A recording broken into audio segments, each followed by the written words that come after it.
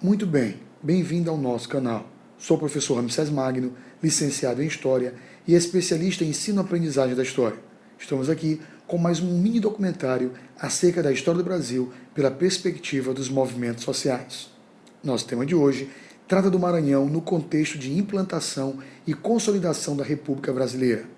Cabe aqui lembrar que já no terceiro quartel do século XIX, o Império Brasileiro vinha em franca decadência. A insatisfação era generalizada. Diversos setores demonstravam isso. Diante desse quadro, os choques de interesses eram inevitáveis. Segundo Emília Viotti, vários fatores contribuíram para a queda do Império. Destacamos aqui o surgimento das novas camadas urbanas e suas novas aspirações, a exclusão eleitoral que a maioria da população sofria, a separação entre Estado e Igreja, que vivia um intenso debate na época, a abolição sem indenização, que irritou os ex-proprietários de escravos, a proliferação de insatisfeitos, que conduziu à criação e crescimento de clubes republicanos, entre outros. Porém, foi o Marechal Deodoro da Fonseca, em nome dos militares brasileiros, que no dia 15 de novembro de 1889 proclamou a nossa República. O último grupo a abandonar o apoio a Dom Pedro II foram os ex-proprietários de escravos, que, como dissemos, estavam muito chateados por não terem sido indenizados com a Lei Áurea, que em 13 de maio de 1888 aboliu a escravidão sem ressarci-los. Dessa maneira, eles passaram também a apoiar a derrubada do imperador e a implantação da República, como forma de vingança. Foram, por essa razão, apelidados de republicanos do 13 de maio. Quando ficou sem apoio algum, o imperador não pôde responder ao golpe e acabou tendo que abandonar o Brasil. Dava-se início à primeira fase republicana de nossa história, conhecida por República Velha, período que vai de 1889 até 1930, com a chamada Revolução de 30, que deu início à Era Vargas. O golpe do 15 de novembro é até hoje mal explicado. A grande pergunta que se faz é como Deodoro da Fonseca, um monarquista convicto e amigo pessoal de Dom Pedro II, poderia ter liderado tal evento. Há quem defenda que sua intenção inicial era de apenas derrubar o gabinete do ministro Afonso Celso de Assis Figueiredo, o Visconde de Ouro Preto, e que no decorrer do processo, para dar segurança à família real, acabou por acatar o papel que a história lhe reservou, o de proclamador da República. Trazendo para a realidade maranhense, o historiador Mário Meirelles destaca que a brisa republicana soprou no Maranhão mais de meio século antes da mesma ser proclamada no Rio de Janeiro. Ele narra que acusações republicanas já surgiram durante os eventos da chamada Guerra dos Três Bs, conflito que eclodiu em nossa província no ano de 1824, envolvendo as famílias Bruce, Burgos e Belfort. O presidente da província, Miguel Inácio dos Santos Freire e Bruce, foi denunciado em periódicos e mesmo judicialmente por supostamente alimentar ideias republicanas. Segundo o historiador Marcelo Cheste Galvez, havia várias correspondências alarmantes inseridas no Diário Fluminense, vinculando Miguel Bruce à Confederação do Equador.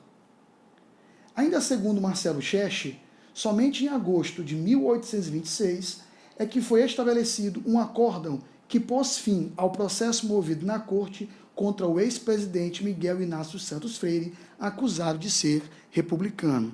Houve ainda, como afirmou Carlos de Lima, episódios curiosos e caricatos, como os ocorridos em 1827 no Alto Sertão Maranhense, onde histórias que depois se confirmaram de que havia impressos proclamando a República de Pastos Bons, ou do caso semelhante de 2 décadas depois em São Bento. Certo mesmo foi que, segundo Luiz Alberto Ferreira, ao contrário do que ficou registrado na historiografia nacional, o Maranhão viveu momentos de intensa propaganda republicana, chegando a ser organizado 2 diretórios e 14 clubes de propaganda. O autor chama atenção ainda para o fato da maioria dos clubes terem sido fundados no interior, no sertão maranhense. E é consenso entre os historiadores que a então Vila de Barra do Corda era o centro difusor da propaganda republicana, que tinha como principais nomes o juiz Isaac Martins e o promotor Dunche de Abranches. Carlota Carvalho aponta ainda outras regiões do sertão maranhense, como Caxias, Mirador, Grajaú, Carolina e Pastos Bons. Existiam ainda tais ventos republicanos no litoral ocidental maranhense, como em Cururupu, na Baixada, como dito em São Bento e diversas outras localidades. Na capital, por sua vez, evidenciaram-se o poeta Joaquim de Souza Andrade e o jornalista e advogado Francisco de Paula Belfort Duarte. Socorro Cabral afirma que, sobretudo, o sertão se sentia abandonado, lembrado apenas na hora dos impostos. A troca constante de governantes era outra reclamação, pois ela dificultava que as solicitações fossem atendidas. Este descaso propiciou o crescimento da violência e da demonstração de força entre as famílias. O episódio mais emblemático foi o conflito ocorrido em Grajaú entre membros da família Costa, ligados ao Partido Conservador, e os da família Barros e Leda, ligados por sua vez aos liberais, quando houve a tentativa de assassinato de Araújo Costa, o líder do Partido Conservador na região. Isso tudo trazia uma sede por mudanças.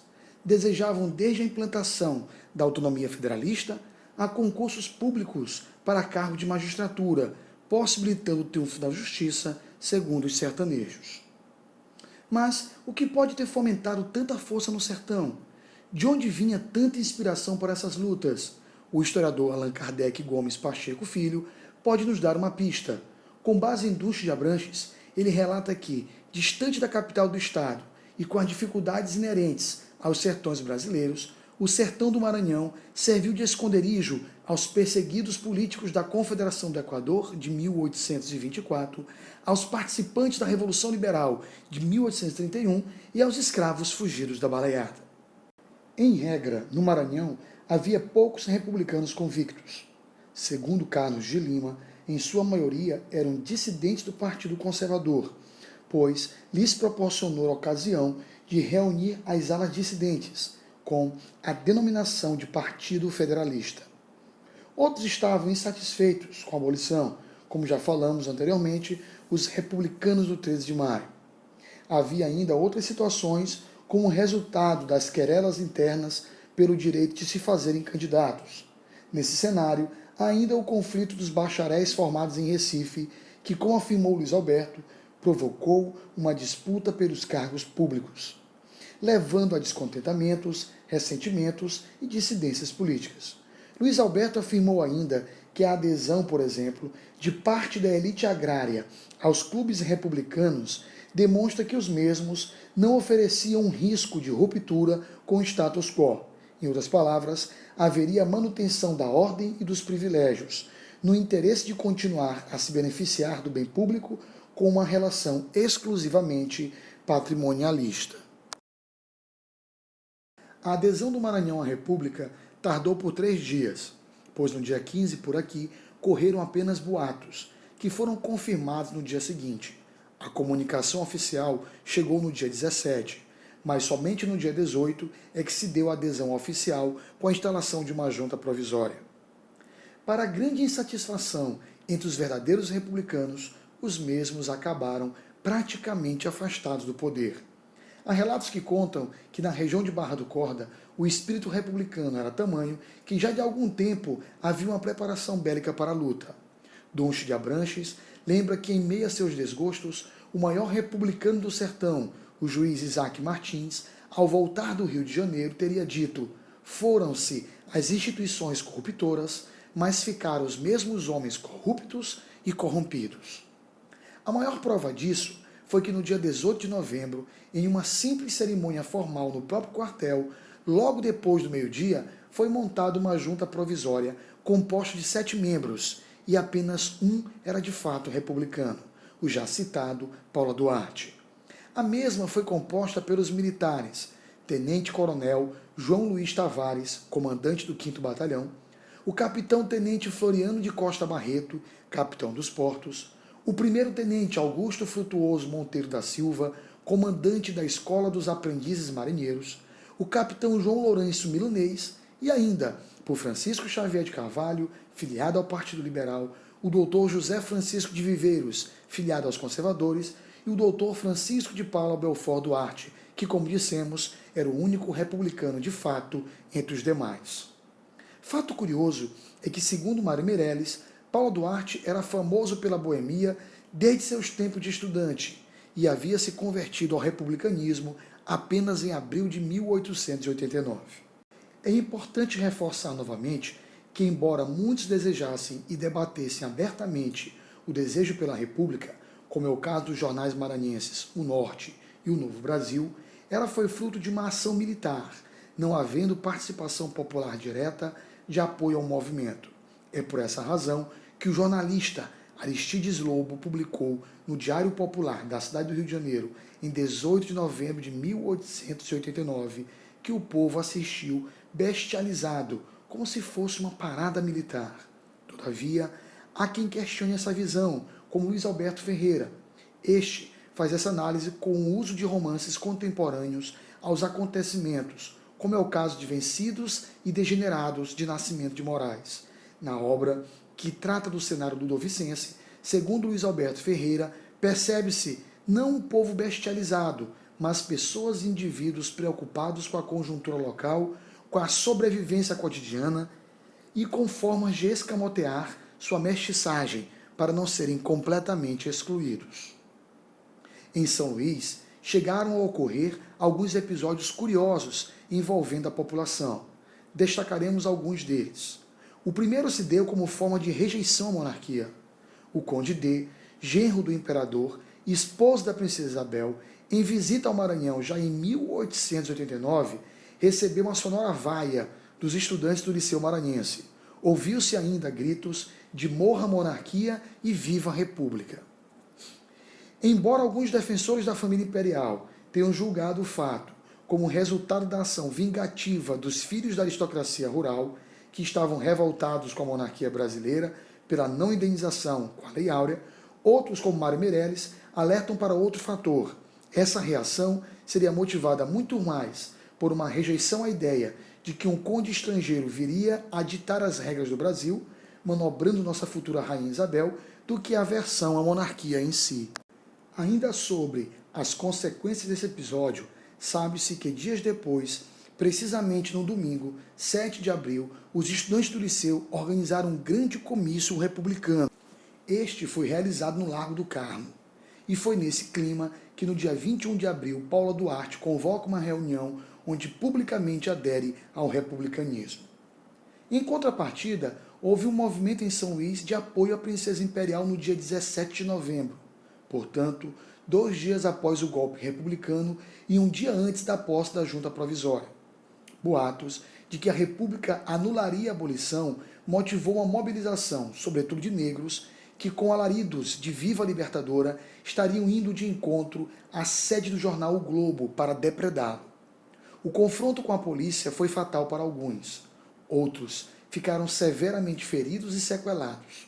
Muitos foram presos e torturados. A ordem passou a ser a de reprimir qualquer novo movimento.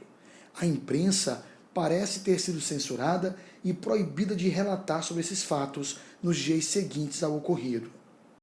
Esse episódio entrou para a história como o fuzilamento do 17 de novembro. Doncho de Abranches questiona a versão oficial e afirma que os populares estavam em uma manifestação pacífica, à procura de esclarecimentos de como ficaria a sua situação enquanto libertos. Os membros do novo regime tiveram muito trabalho para convencer os libertos que os republicanos não representavam uma ameaça à sua liberdade. Tanto que, segundo o jornal Pacotilha, Paulo Duarte e o tenente-coronel Tavares se uniram a uma multidão para destruir o Pelourinho no Largo do Carmo como forma de destruir um símbolo da tirania. O ambiente de frieza, indiferença e desconfiança só foi quebrado com algumas passeatas e solenidades. Destacam-se a passeata promovida por estudantes do Liceu no dia 22 de novembro e por uma maior organizada pelo poeta e filósofo republicano Sousândade no dia 30, ainda no mês de novembro. Curiosidade, uma surpreendente descoberta foi feita recentemente pelo historiador e presidente do Instituto Histórico e Geográfico do Maranhão, o professor Eugis Lima. Ele descobriu que a base da pirâmide de Beckmann, inaugurada em 1903, localizada no Parque 15 de Novembro, na Avenida Beira-Mar, foi feita como a parte do que restou do antigo Pelourinho de São Luís. Todos esses fatos desmistificam um pouco essa ideia de passividade. Favoráveis ou contrários, houve quem se manifestasse a respeito do novo regime. Chamamos a atenção ainda para um ponto relevante. Pela perda de poder com o golpe do 15 de novembro, os liberais demoraram a migrar para os grupos republicanos. Segundo Flávio Reis, no início de 1891, havia se formado em nosso estado 4 siglas: o Partido Republicano, o Partido Nacional, o Partido Católico e o Partido Constitucional. Ele afirma ainda que entre os anos de 1890 e 1892 não havia também nenhum grupo político predominante no Maranhão.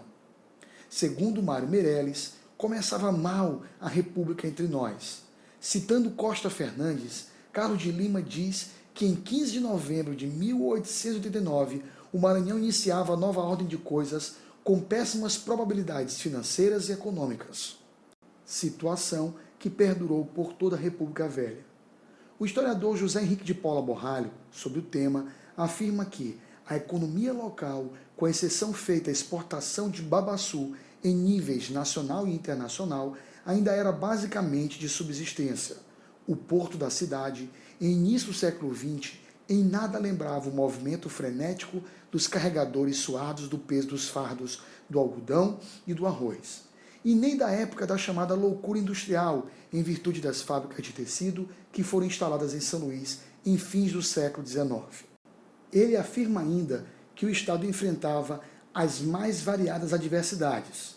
Em algumas regiões havia vazios demográficos e tínhamos problemas de infraestrutura. Até mesmo a integração da região era comprometida pela falta de estradas que pudessem ligar os diferentes municípios, gerando assim o discurso de um quadro político-social desolador e decadentista. Procuraremos agora, ainda que de forma resumida, destacar os governos e os fatos que marcaram o Maranhão na chamada República Velha. De início, a primeira grande crítica recai sobre as medidas tomadas pela Junta Provisória. A mesma foi acusada pela imprensa de abuso de poder, perseguição política e ações violentas contra a população. O primeiro governador provisório indicado para o Maranhão foi o Dr. Pedro Augusto Tavares Júnior. Tavares Júnior desfez por decreto os abusos da Junta Provisória, como o retorno aos cargos públicos dos funcionários injustamente demitidos. Esse ato gerou atritos com o tenente-coronel João Luiz Tavares, que presidia a Junta Governativa Provisória. O governador Tavares Júnior chegou a perguntar a Paula Duarte como ele havia permitido tais arbitrariedades da Junta. Paula Duarte teria respondido que no meio de tantos militares ele estaria entre a espada e a ignorância. Assim, teria ficado limitado a salvar, pelo menos, a gramática, redigindo os textos dos decretos. Todavia, o governo de Tavares Júnior não durou. Caiu também por entrar em choque com o governo central ao decretar no Maranhão o Estado laico. Entendia que aqui havia autonomia federalista suficiente para este ato.